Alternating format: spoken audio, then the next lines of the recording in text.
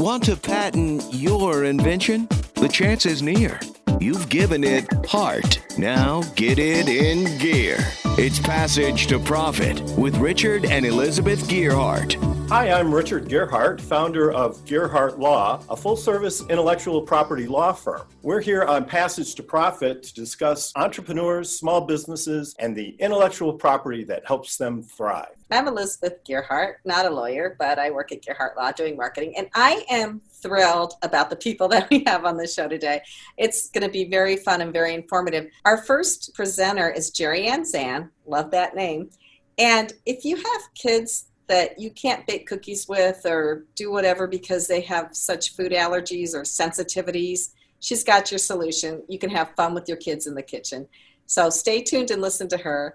And our next presenter is going to be Daryl Jobe. So he's got a company that I just love the social component to what he is doing. He is an amazing man and he has an amazing company. You have to listen to what he's doing. It's such a great company for society. And then we have Brad Simon and Travis Grub, and they have an incredible COVID-related invention that I really hope we see everywhere in the next couple of months, honestly. So stay tuned for these people. It's going to be a great show. They're very interesting people with fantastic companies. And our special guest this evening is Richard Lau, and we'll be talking with him in a bit. He's sort of the master of the creative online universe, so we're really going to be looking forward to speaking with him. But before we do that, IP in the news. Yep, that's the vortex between intellectual property and business. Vortex? Well, don't you mean like the center of the Venn diagram or something? I get to start with the interesting patent. So back in 2004, this guy got a design patent. He invented business cards made out of food. Edible business cards. Edible business cards, which was really a great idea back then because people were starting to take pictures with their phones. And so you just take a picture of the card, then you eat it. Back in the days when people actually met each other in person, which seems like eons ago, right? Everybody was always trying to distinguish themselves. So I have a collection of business cards dating back to 1988. And, they'd be surprised all of the different business cards that you get. Sometimes you got round ones or oval ones. The ones I really hated were the business cards that were like too big to fit in your wallet. It's like, you're making my life difficult for me to keep your business card, right? So why am I going to do business with you? But in any case, business cards have always been a way to try to distinguish yourself from the competition. Even going back to the ancient money changers in the olden times, trade a couple of shekels, throw in a tuna fish sandwich. Business differentiation has always been the key to success. And a lot of people have done that with their business cards. Well, I would like to try it out if we ever get together again. I think I might get some chocolate Fireside business cards. That sounds like a pretty good idea. Just give them to people.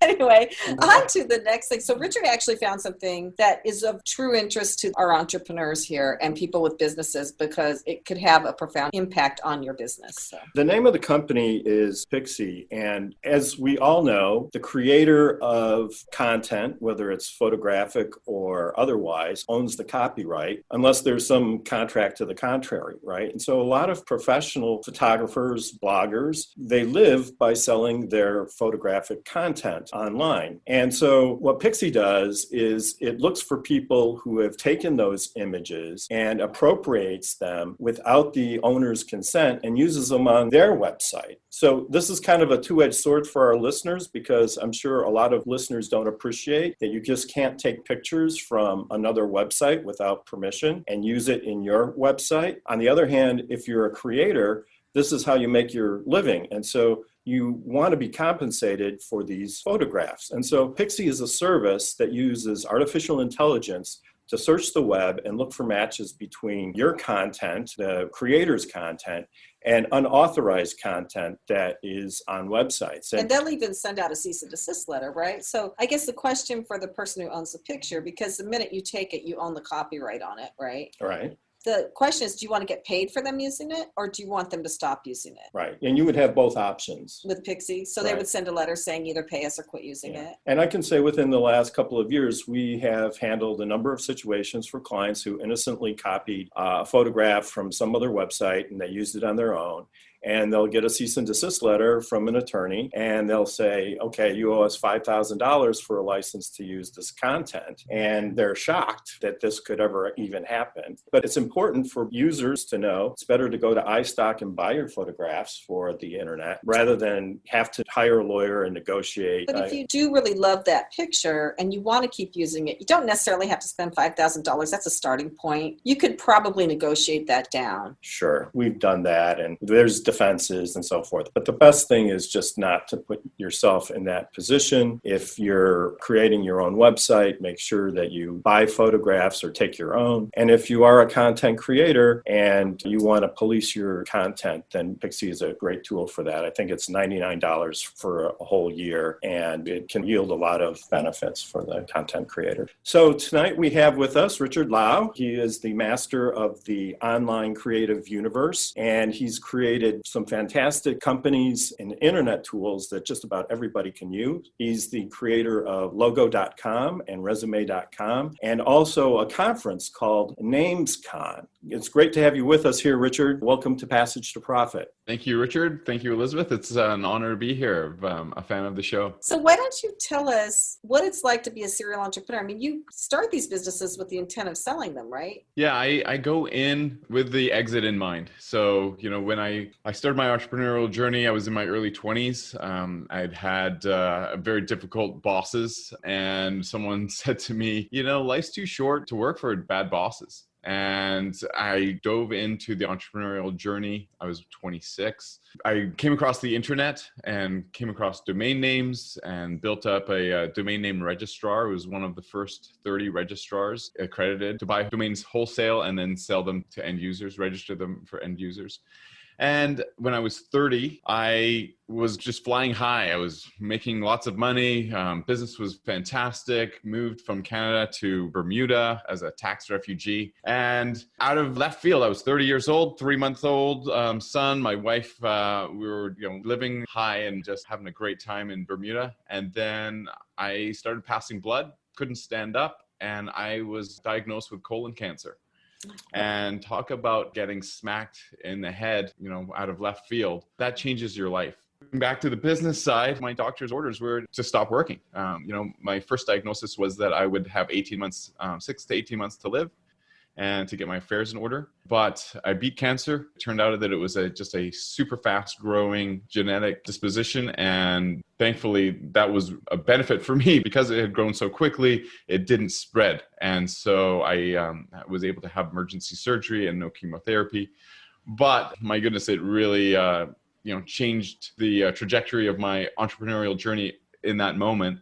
And so I was looking for a quick sale. And when you do something quick, you don't do it carefully. And we didn't do our due diligence with the purchaser. And so, I'll give you the short version rather than the long version. But basically, we didn't do our due diligence. We sold to a company that was doing Enron-style accounting. And fast forward 1 year, and the company is putting everything up for sale. But the only thing that they really have of value is the asset that I vended in, which was, at the time we vended it in, was 3% of the company. And so you fast forward a year, and now 99% of the company is that 3%. And so basically I walked away with a severance check and lost all of my equity. The cash that we did get went to pay off the taxes to the CRA and pay off our lawyers. And that was it. Came back to Vancouver, tail between my legs. And all my friends are like, oh, you're back from Bermuda. You're back from California. You must have made it big. And really, I'm like, you got $5 I can borrow? It hurts to hear that. Yeah. What a story, which is really interesting because entrepreneurs work so hard to build up their businesses. They put everything into it.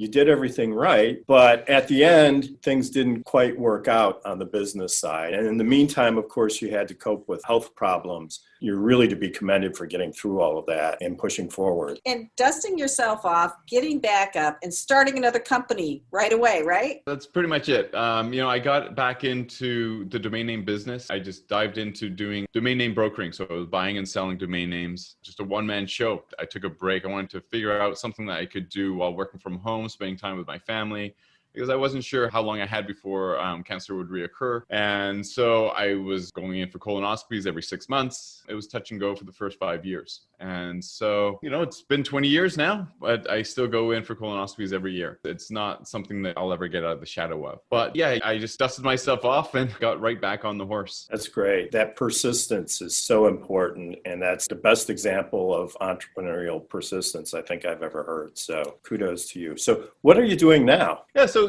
being in the domain name space for 10 years led me into developing a conference, which we actually started. It's called NamesCon. We started it to benefit a water charity I've been involved in called Water School. You can go to waterschool.com. We developed that to about 1,500 people attending and sold that onto, it's now part of the GoDaddy family. So that's held every year. They actually just switched it to being on online. Being in the domain name space, I've got domain names that have come across my desk that I've either pulled in a partner to help fund or have funded it myself. But generally, we then build up a little stable or an inventory of domains that we would at one point like to develop ourselves. And so resume.com was one of those. Logo.com is one of those. We have rides.com, face.com, hockey.com. And so we took resume and built that into a resume builder where people, mostly university students, high school students, could build their resume and have that live. Overnight success of 7 years, an office here in Vancouver, and sold that to Indeed.com, which is one of the largest job boards, if not the largest job board company in the world. We have a lot of listeners who want to promote events, create events like names.com. What kind of advice can you give them in building a company that is sort of a professional convention company? We had an interesting competitive landscape. We had one competitor who was very successful and they were charging $1,500 to $2,000 per ticket. And then we had ICANN, which is a government organization that oversees the internet, and they hold their conferences and the attendance is zero. They do hold them in far-flung places, so your cost of attendance is really the flight to South Africa or the flight to London. But that was our competition, is someone who is at free and someone who's at 2,000. And so we said, okay, if we can drive a critical mass, if we can get enough people attending, then it will be a no-brainer that you will just have to attend. So what we targeted is we had a lot of content. So we had 3 conference tracks, and we had all of those tracks be conversational. So instead of it being a single person who's doing, inevitably doing an advertorial, it was 4 or 5 people talking, having a conversation on stage on a certain topic. And so by having 3 tracks and by having 4 or 5 people on each stage, you end up having a tremendous, number of speakers. We had, I think at our first conference, we had over 100 speakers booked onto stages. And so each person who then is going generally then becomes an advertisement for the conference. What we found is that by having 100 people, the attendance then shot up to 300, just based on the entourage of the speakers. And so then the industry reach out quickly doubles that to 600. So at our first conference, we had 600 people attending. That's just one aspect, but I think that was probably our most key aspect, is getting a lot of conversations, getting a lot of opportunity for others to get on the stage and not just have the spotlight on 1 or 2 people. That's great advice and something to be taken seriously, because there are certainly a lot of events out there. And I would imagine that people are throwing virtual events now. The same strategy you think would work? Absolutely. NamesCon online just happened about 2 weeks ago.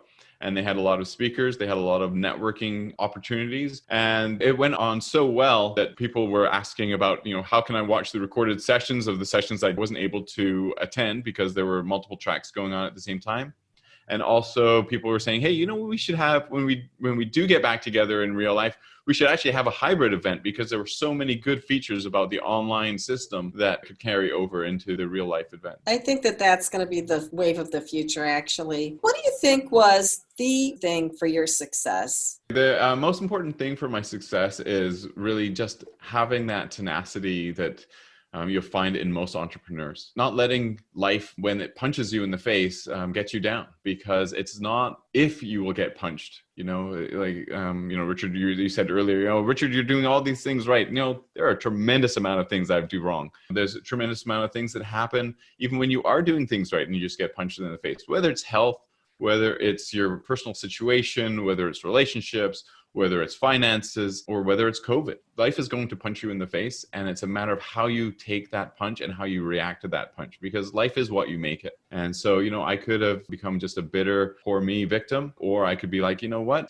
Life is too short to dwell on that and just get back on the horse. And you only need to succeed big once. Each failure you have is just one step closer to that success. And there's trite sayings like that, but they are things that you can adopt as something you live by, and it will carry you through. Experience really is the best teacher for sure. And that is the life of an entrepreneur. It's the life of most people, but you never know what's going to happen when you wake up in the morning. But you have to be persistent and believe in what you're doing, and that's what keeps you going. So well said. What's your background? Are you an IT tech guy? Do you have a computer science degree? I mean, how did you figure out that getting into this tech space early like this was going to pay off for you? I was a business grad from the local university here, UBC, University of British Columbia. And I took marketing because that was the most general business degree that I could get. I didn't know what I wanted to do. And I know enough in terms of programming to be able to talk to programmers, but I couldn't program my way out of, basic. So it's really something, especially now, looking back 10, 20 years when I was first getting into this, it was a lot harder to develop a website, develop systems. Even for logo.com right now, when we first looked at launching logo.com, it was 7 years ago. It was just too difficult. And so the software development kits that were available and the programming languages that were available, it was just going to be too expensive. And so we actually shelved it and then, dusted that off now. But, in terms of my background, I surround myself with people that are smarter than myself. I've got a business degree, sure, but the school of hard knocks and the school of learning and emulating mentors is really what has driven me. I'm 50 years old now and I'm a bit more extroverted, but when my wife and I got married 30 years ago, I was introverted. And she was one of my mentors in terms of, we'd get into an elevator with a stranger. And by the time we got to the lobby, she would have them telling her their life story. And so that's something that I've actually adopted into my own life and reached out and built my own network. It's been a success in business. And so I've applied things like that to logo.com, where we allow people to just build a logo. It's 20 minutes, gets you a logo for $20, but there's so much more to it than that. And so there's relationships and networking that drive the success of the business. So when it gets back to like the domain brokering, is it a flooded market? And if someone's interested in kind of getting into that game, is it easy to crack? It is not easy to crack. It is a lot of work. I don't do the domain brokering anymore. There's younger guys and girls that are far more successful than I ever was. And it's a matter of putting in the time and cold calling. And my goodness, you really need to be able to work the phone, work the LinkedIn, and have just a salesperson knack. So this was a fantastic segment, and we'll be back right after this message. What are entrepreneurs' most valuable assets? Their passion and ideas. We can't protect your passion, but we can protect your ideas. Trust Gearhart Law to protect your ideas with premier patent, trademark, and copyright services. There's never been a better time to start your own business. Contact us at GearhartLaw.com. At Gearhart Law, we have years of experience protecting entrepreneurs' ideas and brands using patent, trademark, and copyright protection. So if you have a new consumer product, a new software application that you're planning to build or sell, or a brand or company name that you want to protect, contact the experts at Gearhart Law. www.gearhartlaw.com. Don't let the wrong protection strategy ruin your business. All of our attorneys are passionate about protection and are licensed and qualified to represent you before the United States Patent and Trademark Office. Don't start your project without calling us first. Contact Gearhart Law on the web at GearhartLaw.com. Together, we can change the world. This ad has been read by a non-attorney spokesperson. Now back to Passage to Profit. Once again, Richard and Elizabeth Gearhart. And our special guest, Richard Lau. We've had a fantastic program so far. Richard has been very educational and very interesting. He's got a lot of great content. So if you missed the first part of the show, make sure you pick him up on our podcast, which should be available tomorrow. And now we have more fantastic stuff. Kenya Gibson from iHeartMedia has joined us with Power Move. Kenya, what's Power Move about this week? Power Move is all about talking about and congratulating those creators who are contributing to the culture. And this week, I wanted to publicly congratulate Charlemagne, co-host of the nationally syndicated radio show, The Breakfast Club.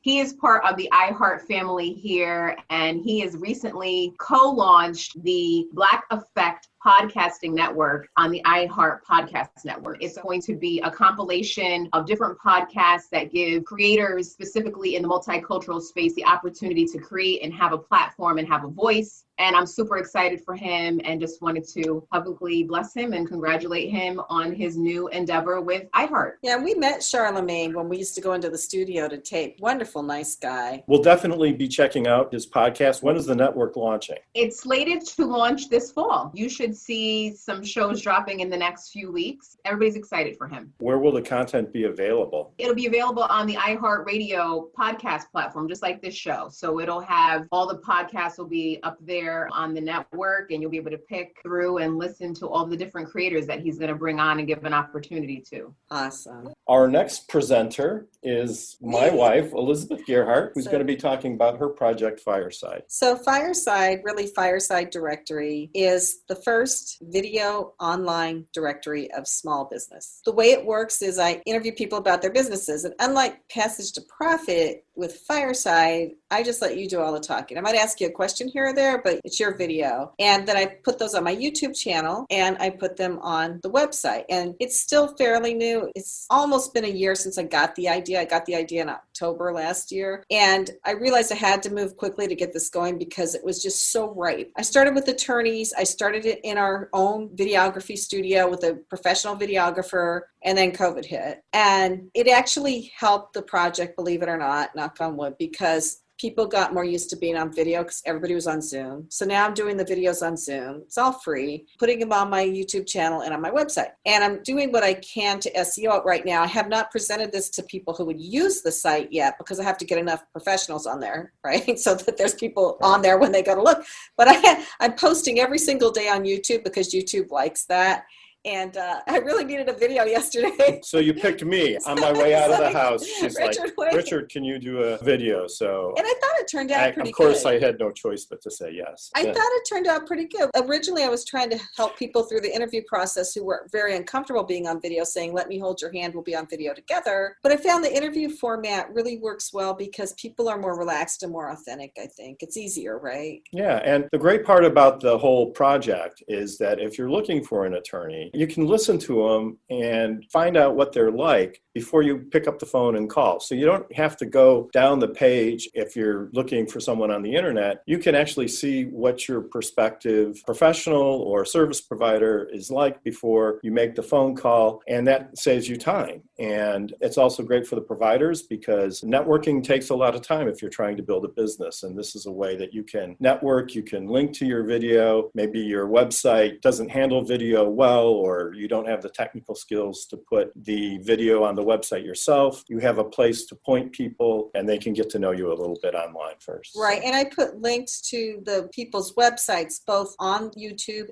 and on the website. So you get two good links to your website from Fireside. So anybody that wants to do a video with me, just let me know. People can go on this website, fireside.directory, and you can sign up on my Calendly there. So anybody listening who has a business who wants to do it, anybody here who has a business, love to interview you. And it's a lot of fun. One last quick thing I'll say is that even though there may be a whole bunch of people in one category, so like right now Business Coaches has, I think, 6 or 7 people in it, they're all different. They're all doing slightly different things. And I have talked to a lot of marketing people, and they all do it differently. It's really cool. Everybody has their own twist on it. So no two businesses are identical. So without further ado, I really am excited to meet our first presenter, Jerry Ann Zan. And I'm not going to talk about her company. I just think it's so cool. I went on her website. I will say I loved baking cookies as a kid. That was one thing that we did as a family activity. That's one thing I did with my cousins. We would do it all summer. We didn't have any food allergies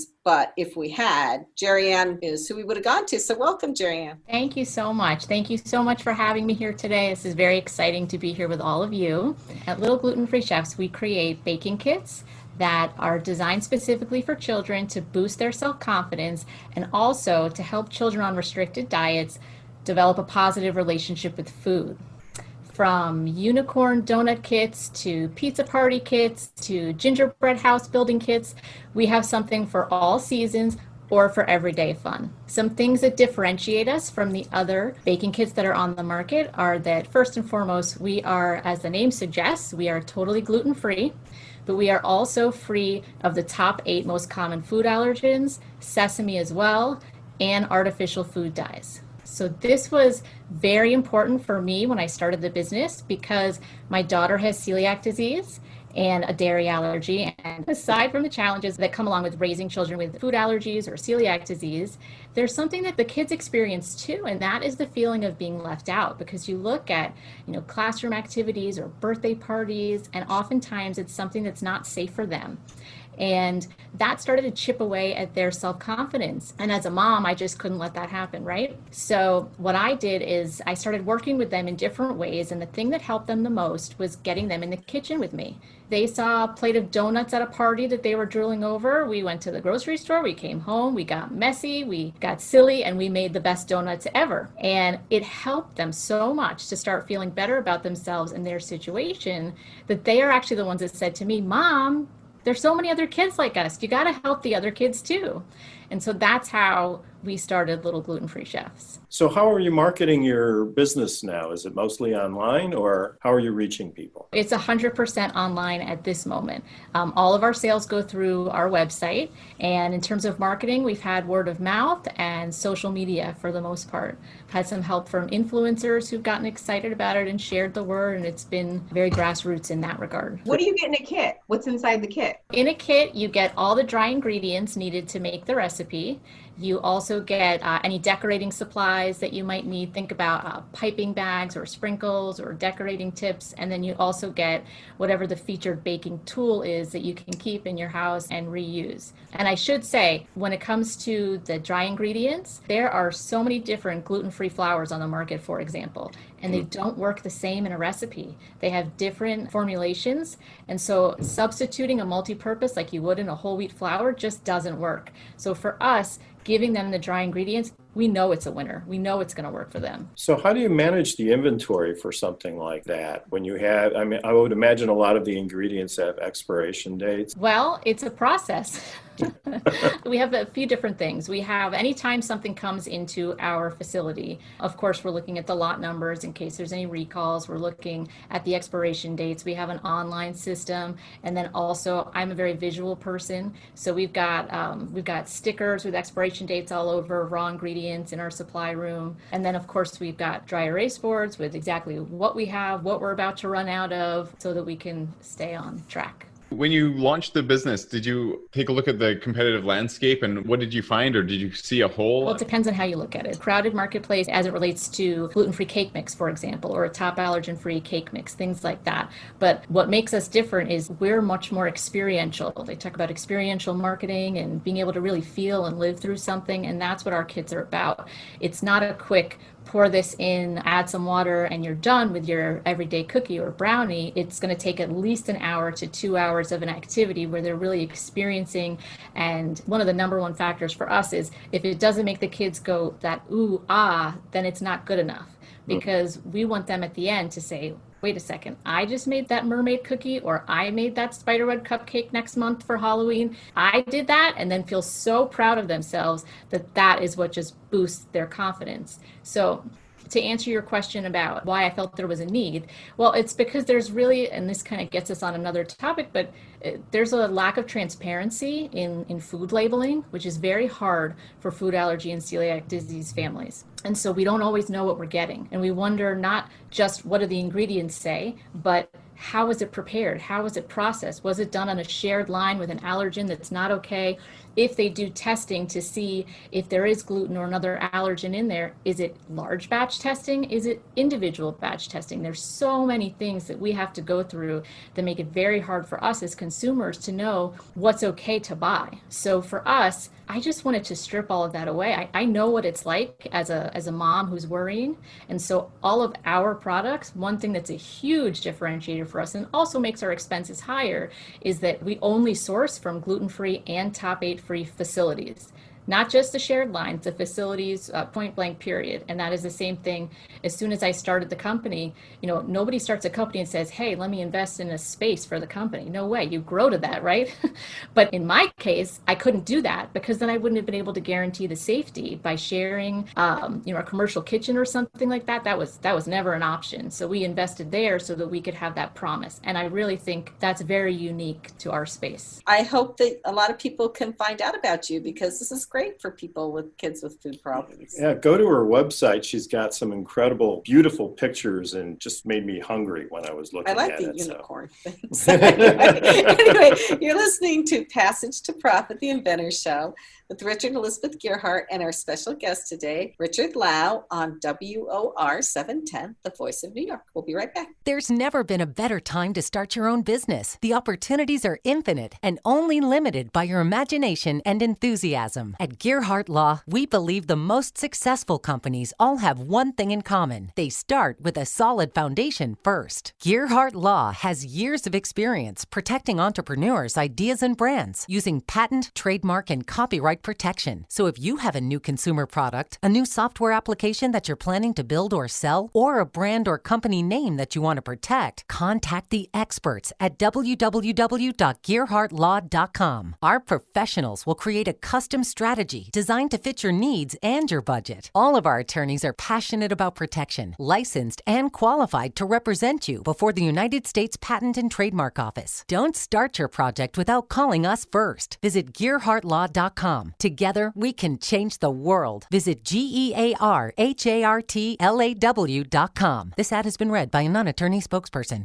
Passage to Profit continues with Richard and Elizabeth Gearhart. The world is facing some very difficult problems right now with waste and landfills. And there's a lot of materials that are going into landfills that are going to take years and years and years to decompose. And those chemicals, they get into the groundwater, they get into the soil, and it's a real threat for everybody. And our next guest, Daryl Jobe, has a solution to this problem. Daryl, welcome to the show. Vericool is an environmentally friendly packaging company that focuses on insulation, other packaging materials, really focused on the environment and also a social impact. How can we do both with just one company? And we've been impacting the market successfully. The market is definitely changing. Roughly around 5 years ago, I decided to take the leap of faith, looking into the future and understanding that there was going to be a transition from detrimental petroleum-based products and plastics into an environmentally friendly solutions. But how does it move forward and how our company is going to proceed and so on. And about 10 years prior to that, I came from the packaging industry. I had been building and designing packaging with customers, medical and food customers throughout the industry. And in roughly 2009, I had some time to reflect on, where's the market going to go? It slowed down. As you know, the housing crisis hit us all and manufacturing shut down. And when I took a step back, I analyzed my sales and I realized that the medical market was something that was stabilizing our company and our sales, and the other manufacturing sectors were really impacted. So I decided to go there and I started understanding the need in the medical industry for insulation, and all the insulation was detrimental, EPS, styrofoam, petroleum-based products, polyurethanes that were wreaking havoc on our environment. And as I pulled back, I noticed that bans that were implemented were done so because there was actually a solution. So for about 2 or 3 years, I started looking at solutions. How do I create solutions that are going to be beneficial for, years to come, and start reversing the impact that the detriment has created with packaging and so on? What exactly is it that your company makes? So what is the solution that you finally settled on for these challenges? 100% recyclable molded fiber coolers, also outdoor recreational fiber coolers made out of paper waste and so on, post-consumer materials, and also starch-based insulation that is 100% recyclable when encapsulated in a paper film. plant-based products, post-consumer materials? How do we take what's already been used and turn it into an insulation source? And how do we take from Mother Earth and turn it into an insulation source so it doesn't wreak the havoc that you guys announced earlier? You're creating coolers, but instead of using foam, you're using natural materials that'll decompose after the carton is discarded. Yes. So for instance, what we do is we take old corrugated boxes, for instance. So, cardboard boxes. Instead of them going to the landfills, they go to a recycling center. But what happens? It goes back into the paper stream. So we take those boxes. I don't know if you've seen some of our coolers in 7-Eleven and Circle K and some places like that, but we mold a cooler out of old paper boxes that hold water now. So we use a organic moisture barrier. So instead of going to the beach or picnics with a styrofoam ice chest, now you have a paper cooler that is robust, structurally sound, and cost effective, and it works just the same. And you take that cooler, you put it right back into the recycling stream, and it comes right back again. And then we also have insulation. As you know, there's meal kit companies such as, HelloFresh or Freshly and companies of that nature, and they need insulation to get their product from one location to another. So what we do is we provide an insulation source for that made out of starch-based insulation. They use oil to make plastics, and styrofoam is basically a plastic. So styrofoam, they use oil feedstocks at companies like Dow, DuPont to make these plastics and these styrofoams. So really you're cutting down on that when you're recycling and reusing things, which is fabulous. And there's another social component that is very important to your company. Would you like to talk about that? Yes. So we focus on second chances. So we look at Verico as a non-discriminatory hiring practices. As you look at formerly incarcerated, unemployment rate is roughly 29, 30%. I come from that community. I was incarcerated at the age of 14, in and out of jail up until 23. Lived on the wrong side of the tracks, and I had to make a change roughly around 24 years old. And when I did so, I was nervous. I didn't have an education. I dropped out of school. The last grade I completed was the 7th grade. Never went to high school, never went to college. So how does someone like me that wants to make a difference, wants to make a change, go back? You can't go back 10 years. How do you proceed? And I got lucky. I was given an opportunity, but there's so many others that don't. So I said, how can I impact my community and get those that really, really do want to make an impact in their families' lives? You shouldn't be judged on your past. So we created Verico, and now it's Second Chances. Partners that want to manufacture or distribute our products, they also have to have 25% of their workforce that touches our product line, also formerly incarcerated men and women. It's gender identity, language barriers, special needs. My son is special needs. He was one of our first employees that we hired on, and now we're tapping into the special needs and to support all those that need to supply an income for themselves and their family. I know what I'm buying. I just wanted to commend you for solving some socioeconomic things that are going on in our community, because I feel like there is a hindrance for those who might have a past and they don't have the opportunities coming back into the workforce. So I just wanted to commend you for just taking that and nurturing it and sowing seeds back into the community so that it becomes a sustainable way for people to, just thrive in life and just have a better future. I've been checking out your packaging, and I think it's a fantastic idea. And I believe it's all curbside recyclable other than the top pillow, right? So you've got the formed cooler that's made out of the fibers. It's lined with the water barrier. And then that top pillow, that's the only question I had is what happens to that? Is that recyclable and it's just not recyclable curbside, or what? Actually, it's actually compostable. It's a compostable plant-based film, and also compostable insulation on the top. That was our first generation. That's what I tapped into the market. It was something I created with a good friend of mine roughly about 7 to 8 years ago. Now we've transitioned into a starch-based compostable films, molded fibers that are post-consumer. So either we're compostable or it's recyclable. So that top pillow, then, if it's compostable, I could just put it into the, with my leaves. Green waste. Yeah, my green waste that gets picked up. Okay. Yes, industrial composting or home composting. You can actually open it up and place both of them into a home composting. Where are your factories? Livermore, California, Northern California. We also have one in New Jersey. We're opening up another in North Carolina, also Cincinnati, and we're going to be expanding internationally. So Canada, Toronto area, also Europe, Germany, the UK, and Australia. So there's a huge demand. We ended up partnering with a great outfit, and we're going to be expanding with them, utilizing their manufacturing infrastructures to grow.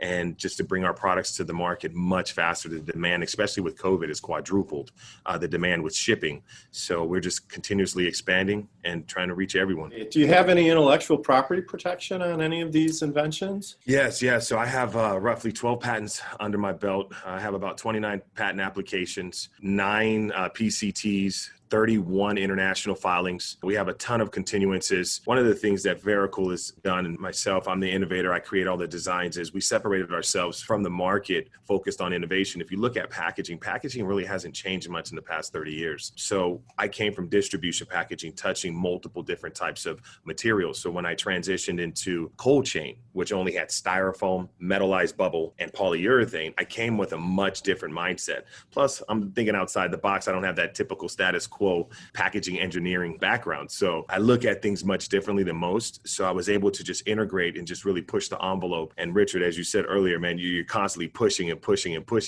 you're fighting. And when you hear the no's and the things that can't be done, you don't listen to them. If you believe you can get it done, I look at it like we put someone on the moon.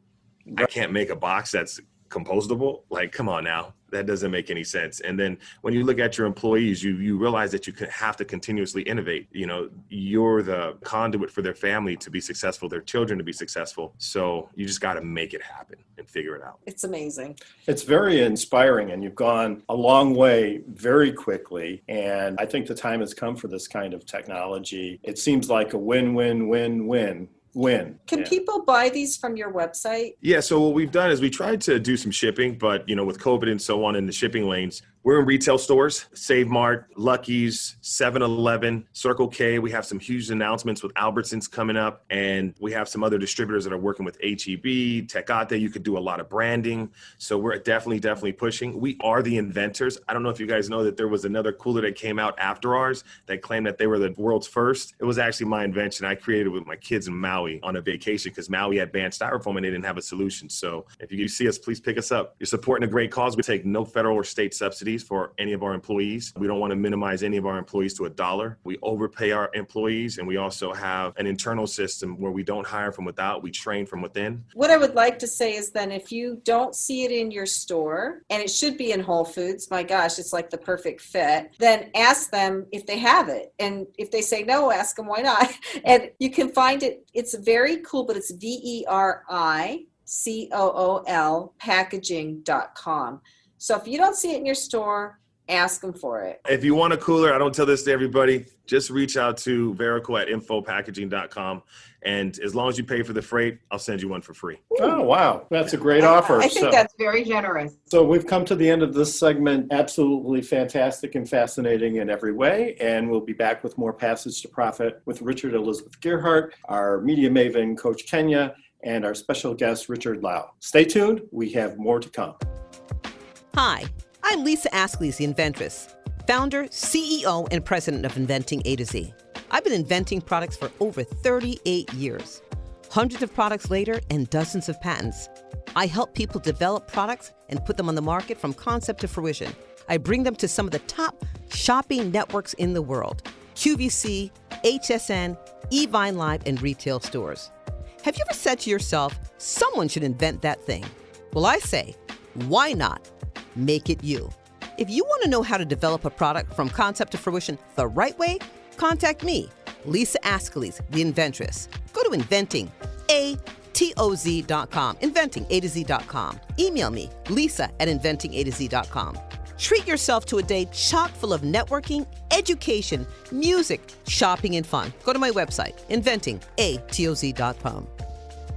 Now back to Passage to Profit. Once again, Richard and Elizabeth Gearhart. We have had just an amazing show so far. So if you missed any of it, our podcast is out tomorrow. Really check these people out. I swear, everybody on the show today just wants to help other people. And they're doing things to help other people. And it's just amazing. I loved seeing this. So anyway, we're on to our third presentation, Brad Simon and Travis Grub. And they took what I think is a real problem, specifically in this day and age, and found a solution for it. So welcome, guys. Please tell us about it. We were in the vending space. We manufactured equipment and had a great run of it up until about January or February of this year. And things came to a grinding halt in the vending business. Vending requires people to be out and about and touching things, and that is what they're not doing. And so we had to pivot very quickly, and we found ourselves with an opportunity to design and develop a product that would dispense masks to consumers without the need for the consumer to touch the machine. And so the touchless mask station is our product, and we're very excited with it. Have you been selling these yet? It must be fairly new, right? It is fairly new. We launched the product, I think in late June, early July. We have sold quite a number of them. Where are they putting them mostly? It really comes down to wherever you find people congregating these days: retail, transportation.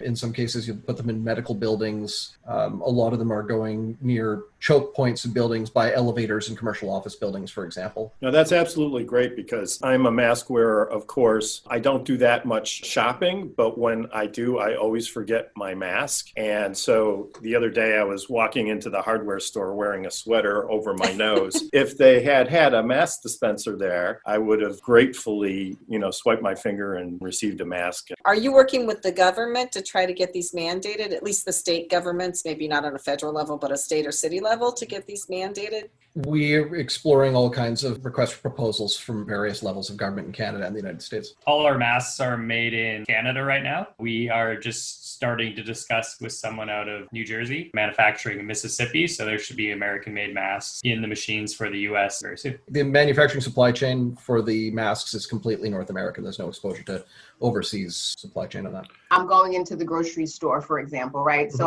there's a vending machine with the Fritos and the Pepsi in it. And then is there a vending machine for just your mask, or the mask inside the vending machine with the other products that might be there? This is a specially developed vending machine, about 27 inches by 12 and a half by about 6 inches per out of the wall. It's typically wall mounted, although it can go on a stand. And the masks are loaded into it on a large roll. So envision a big paper towel roll, but masks. And you go up, you tap your credit card, debit card, iPhone, what have you, without you physically touching the machine.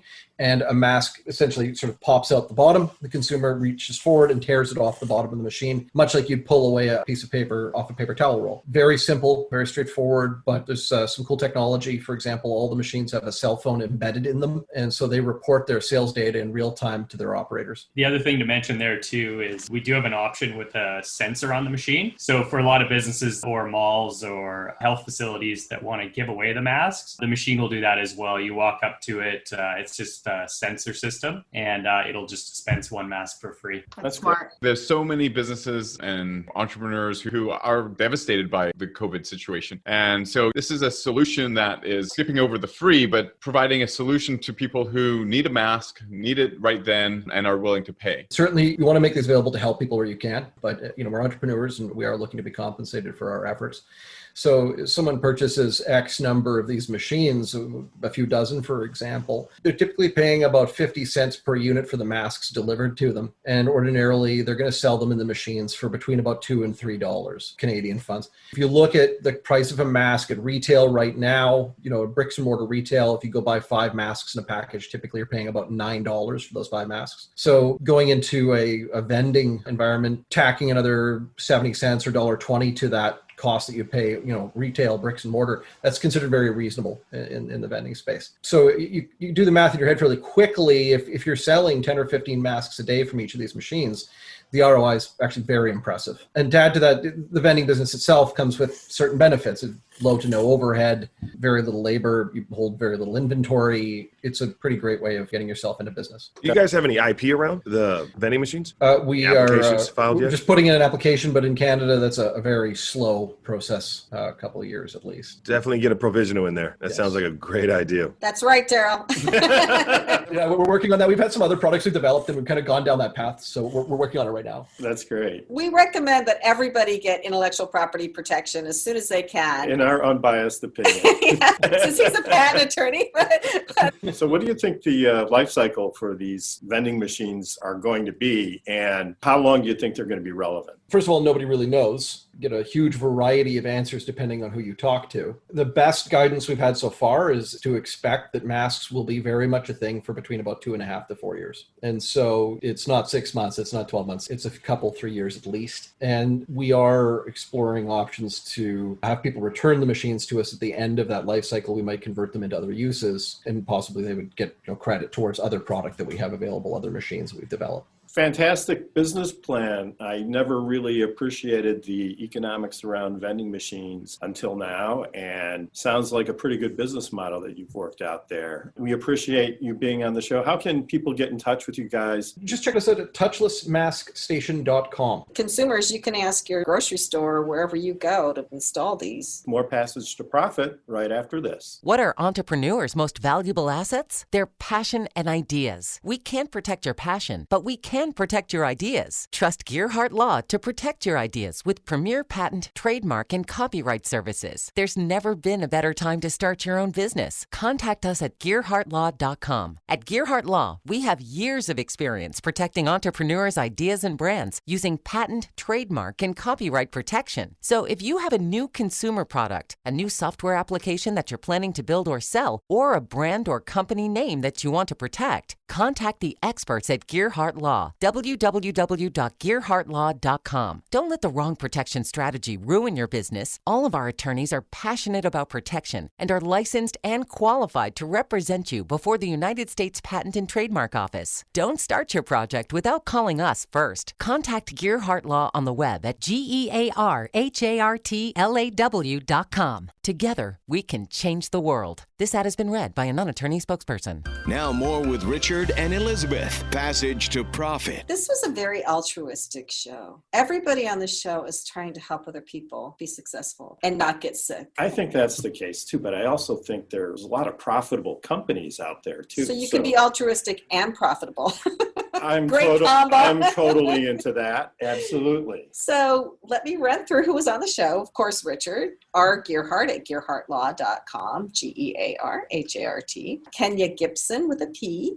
Kenya, Gipson, at iHeartMedia.com. So if you want to do some advertising or investigate things with iHeart, or if you want to see if you can get on Charlemagne's podcast, anything like that, go ahead and give a shout out to Kenya. And for our presenters, our guest was Richard Lau, and he can be reached at richard@logo.com. So he is helping people online. Get your logo online, get it quick, get a good one, use logo.com. And he's got a lot of experience in navigating the minefields online, so he can help you with a lot of things. And then we had Jerry Ann Zan with littlegfchefs.com. So if your kid has food sensitivities and you want to have fun in the kitchen and make them feel better about themselves, her kids sound awesome. Like she's got one with a unicorn. And it's all yummy stuff too. Yeah. So yummy, yummy, yummy. And then we had Daryl Jobe with verycoolpackaging.com, VERICOOL packaging.com. Really incredible company. So he not only makes recyclable coolers, so you don't need the styrofoam ones anymore, but he reaches into underserved places in society for people who can do the work but can't easily get hired. And he gives them jobs and puts them back on their feet. Absolutely. Amazing. That's really cool. Blown away. And then Brad, Simon, and Travis Grub. Oh my gosh, thank you guys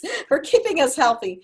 touchlessmaskstation.com. So you can go somewhere. Hopefully soon they'll be all over the place here too. And if you don't have a mask, you just wave your credit card or tap it on this thing and a mask comes out and you don't have to touch the machine and nobody else is touched. It reduces anxiety for those of us who forget to keep masks in our car. So thank you for that, guys. And then nobody has an excuse for going somewhere without a mask, right? So all excellent companies, touchlessmaskstation.com. Look them up. If they're not selling directly to the public, ask the places where you go to put their things in their stores. Absolutely. So before we leave, let's wrap things up a little bit. Richard, thanks so much for being on the show. Do you have any final thoughts for our audience? Absolutely. It's been a great show. And as you said, everyone here has an altruistic, helpful attitude. One of the things that I've always said is just be helpful and grow your network. And as an example of this, I'll be getting off this session and I will be reaching out to each and every one of my fellow presenters and reaching out on LinkedIn. What a great lesson. And I think that's true. If we look for ways we can help each other, then that's the best way to make connections. And so thank you so much for that. Kenya? Again, I just appreciate all the information that was shared here today. And just to kind of piggyback off on Richard, information is powerful and we should do as much as we can to help one another with the resources that we have. Noah Fleischman, who is our producer, takes all of this stuff and makes us sound great on the radio. So thank you, Noah. And I do have a favor to ask anyone listening and anyone here.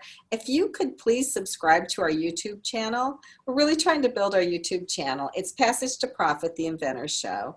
And if you want to follow us on Facebook and Instagram at Passage to Profit Show, and Twitter at Passage to Profit. And then, of course, we have our podcast. So really love to have you follow us. If you want to be on the show, just let us know. If you're an entrepreneur, you got a great business. If you're an accomplished business person who wants to share their knowledge and their story, Passage to Profit Show at gmail.com. That's the place to be. So this is Richard and Elizabeth Gearhart, Passage to Profit on iHeartMedia, WOR 710, the voice of New York.